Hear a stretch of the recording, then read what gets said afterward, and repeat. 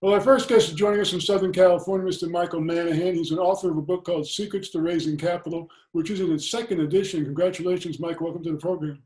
Well, thank you very much. Thank you. As always, I love being on your show.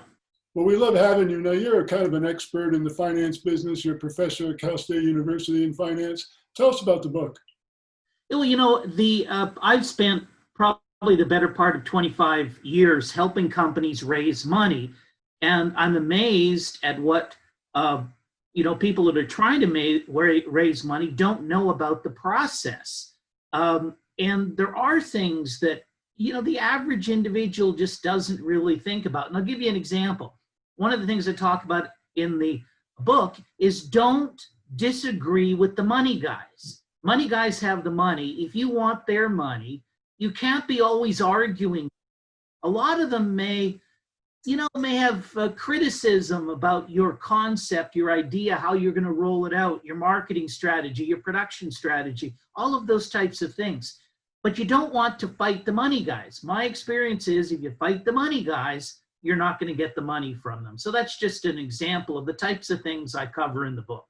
So it's kind of like the golden rule, the man with the gold makes the rules. Absolutely, yeah. And of course, there's many more great ideas in the book, and it all comes from personal experience. I've lived this, I've breathed this. I've probably raised $250 million. I've probably raised money for probably 50 different companies in my career. And so this is, and tried to raise money for probably 50 more. So this comes from the trenches. This is real world stuff. It's me interacting with banks, investment bankers, venture capital groups, private equity groups, and so on behalf of my client companies.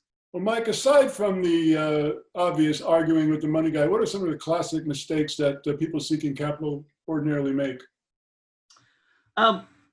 One is that I see quite a bit is they read some book that says you don't need a business plan. Okay. They read somewhere that some guy was in a bar in Manhattan and he scratched his idea on the back of a cocktail napkin and he raised $50 million.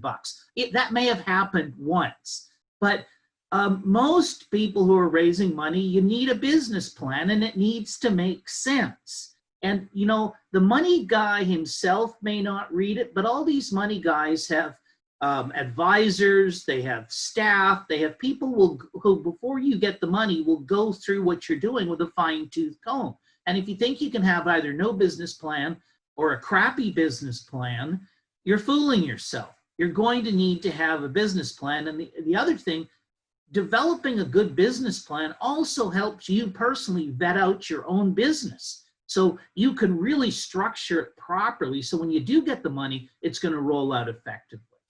Well, it's interesting because normally we would have this interview in a studio, but due to COVID, we're doing it remotely. Has COVID affected people's ability to raise capital? What I found at the very start of the COVID lockdown was you couldn't even get the money guys to return a phone call.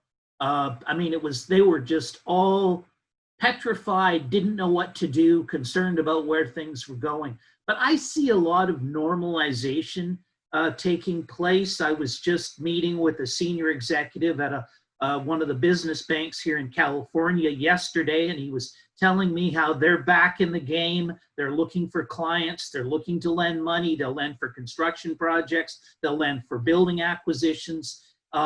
So I see that the climate for capital is improving.